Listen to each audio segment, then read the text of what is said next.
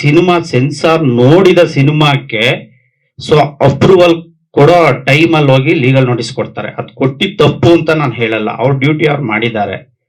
ಆದ್ರೆ ಅವ್ರಿಗೆ ಇನ್ಫ್ಲೂಯೆನ್ಸ್ ಮಾಡಕ್ ಬರ್ತಾರಲ್ಲ ಅದು ತಪ್ಪು. ಅವರು ಒಬ್ರು, ಅದು ನಮ್ಮ ಹತ್ರ ಎವಿಡೆನ್ಸ್ ಇಲ್ಲ, SRV ಥಿಯೇಟರ್ಗೆ ಬಂದಿದ್ದಾರೆ, ಅವ್ರು ಬಂದಿರೋದು ನಿಜ. ಒಬ್ರು ಏನು ಆರೋಪಿಗಳಿದ್ದಾರೆ ಅವರ ಕಡೆ ಸಂಬಂಧಿಗಳು ಮಾಡಿದ್ದಾರೆ. ಈಗ ಅವ್ರು ಹೇಗೆ ನಮ್ಮ ಮೇಲೆ ಅಲಿಗೇಷನ್ ಮಾಡ್ತಾರೆ ನಾವು ಮಾಡಬಹುದು. ಈಗ ನಾನು ಒಂದು ಸ್ಪಷ್ಟವಾಗಿ ಹೇಳ್ತೀನಿ, ಇದು ಸಮಾಜದಲ್ಲಿ ನಡೆಯುವಂತ ಅನೇಕ ಸತ್ಯ ಘಟನೆಗಳನ್ನ ಇಟ್ಕೊಂಡು ಮಾಡಿರುವಂತ cinema.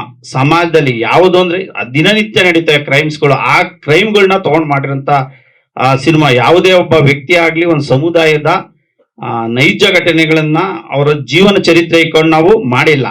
Especially Darshan sir ಕೇಸನ್ನ story ಇಟ್ಕೊಂಡು ನಾವು ಸಿನಿಮಾ ಮಾಡಿಲ್ಲ ಅಂತ ಇಲ್ಲಿ ನಾನು ಸ್ಪಷ್ಟಪಡಿಸಕ್ಕೆ ಇಚ್ಛೆ ಪಡ್ತೇನೆ. ಜಗೀನ್ ಸರ್, ಖಂಡಿತವಾಗ್ಲೂ ತಾವು ಸಿನಿಮಾ ನೋಡಿದಾಗ ತಮ್ಗೆ ನಿಖರವಾಗಿ ಗೊತ್ತಾಗುತ್ತೆ. ಇದು ನನ್ನ ಒಂದು ಸಮಾಜದಲ್ಲಿ ನಡೆಯುವಂತ ಅನೇಕ ಘಟನೆಗಳನ್ನ ನನ್ನ ಕಾಲ್ಪನೆಗೆ ತಕ್ಕ ಹಾಗೆ, ನನ್ನ ಫಿಕ್ಷನ್ಗೆ ತಕ್ಕನಾಗಿ ಬದಲಾವಣೆ ಮಾಡ್ಕೊಂಡು ಮಾಡಿರುವಂತಹ ಘಟನೆ. ಇಲ್ಲಿ ಯಾವುದೇ ಒಂದು ಪಾರ್ಟಿಗಳನ್ನಾಗ್ಲಿ ಯಾವುದನ್ನೇ ಒಬ್ಬ ವ್ಯಕ್ತಿಗಳನ್ನಾಗ್ಲಿ ತೇಜೋವಧೆ ಇಲ್ಲಿ ಮಾಡಿಲ್ಲ ಸರ್. ಸರ್, ನೀವು ಎಂಟೈರ್ ಸ್ಕ್ರೀನ್ ಪ್ಲೇನೇ ಇಲ್ಲಿ ಕೇಳ್ಬಿಟ್ರೆ ಸಿನಿಮಾ ನೋಡಕ್ಕೆ ಮಜಾ ಇರೋದಿಲ್ವಲ್ಲ ಸರ್. ಸರ್, ದಯವಿಟ್ಟು ಸಿನಿಮಾ ನೋಡಿ. ಸಿನಿಮಾ ನೋಡಿದ್ರೆ ಇಲ್ಲಿ ನಾವ್ ಯಾರನ್ನೂ ನೆಗೆಟಿವ್ ಆಗಿ ತೋರಿಸಿಲ್ಲ. ಜೊತೆಗೆ ನನ್ನ ಕಲ್ಪನೆ, ಒಬ್ಬ ನಿರ್ದೇಶಕನ ಕಲ್ಪನೆ ಏನಿದೆ ಆ ಕಲ್ಪನೆ ಆಧಾರದ ಮೇಲೆ ನಾನು ಮಾಡಿದ್ದೇನೆ. ಇಲ್ಲಿ ಯಾವುದೇ ಒಬ್ಬ ವ್ಯಕ್ತಿಯ ಏನ್ ಹೇಳ್ತಾರೆ ಅವ್ರನ್ನ ತೇಜೋವಧೆ ಮಾಡೋ ಕಾರ್ಯ ಅಂತೂ ನಾವು ಮಾಡಿಲ್ಲ.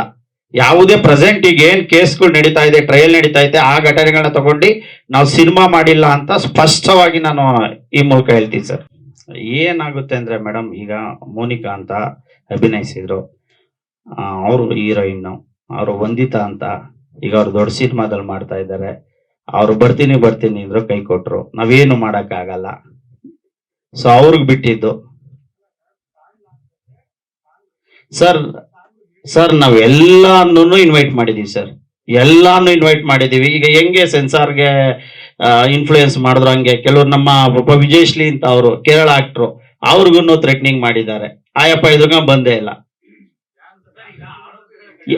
ಯಾರು ಅಂತ ಗೊತ್ತಿಲ್ಲ ಸರ್, ಅವ್ರಿಗೆ ಹೇಳಿದಾರೆ ನೀನ್ ಯಾಕೆ ಮಾಡಕ್ ಹೋದೆ ಆ ಸಿನಿಮಾದಲ್ಲಿ. ಎಸ್, ನಾನ್ ಎದುರ್ಕೊಳ್ಳಲ್ಲ ಮೇಡಮ್. ಅಲ್ಲ ಈಗ ಏನಾಗುತ್ತೆ ಅಂದ್ರೆ ಒಬ್ರು ಬಗ್ಗೆ ನನ್ನ ಹತ್ರ ಡಾಕ್ಯುಮೆಂಟರಿ ಎವಿಡೆನ್ಸ್ ಇಲ್ದಲ್ಲ ಹೇಳಿದ್ರೆ ತಪ್ಪಾಗುತ್ತೆ.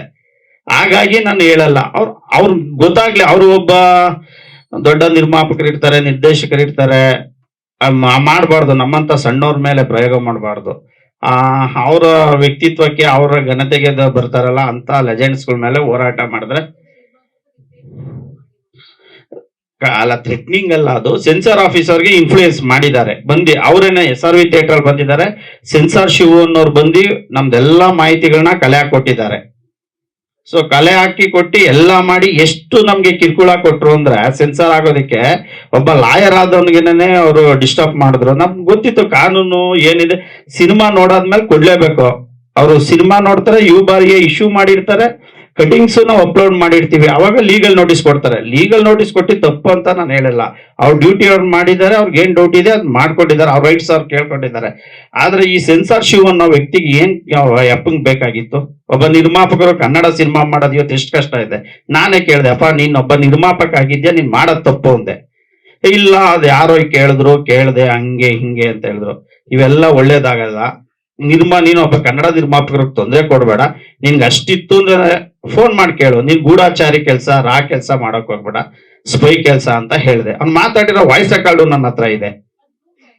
ಅಲ್ಲಲ್ಲ, ಅವ್ರ ಹೆಸರು ಹೇಳಿಲ್ಲ, ಅವ್ರು ಯಾರೋ ದುಷ್ಯಾಂತ್ ಅನ್ನೋರು ಯಾವ್ದೋ ಒಂದು ಹೆಸರು ಹೇಳಿದ್ರು, ಅವ್ರು ಮಾಡಿದ್ರು, ಕೇಳಿದ್ರು ನಮ್ಗೆ ಮಾಡಿದ್ರು ಅಂತ. ಅಲ್ಲೋಗಿ ಸೆನ್ಸಾರ್ ಆಫೀಸಲ್ಲೂ ಅವರು ರೆಕಮೆಂಡ್ ಮಾಡಿದಾಗ ಕೇಳಿಲ್ಲ, ಆಫೀಸರ್ ಗೆಟ್ ಔಟ್ ಅಂತ ಹೇಳಿದ್ದಾರೆ.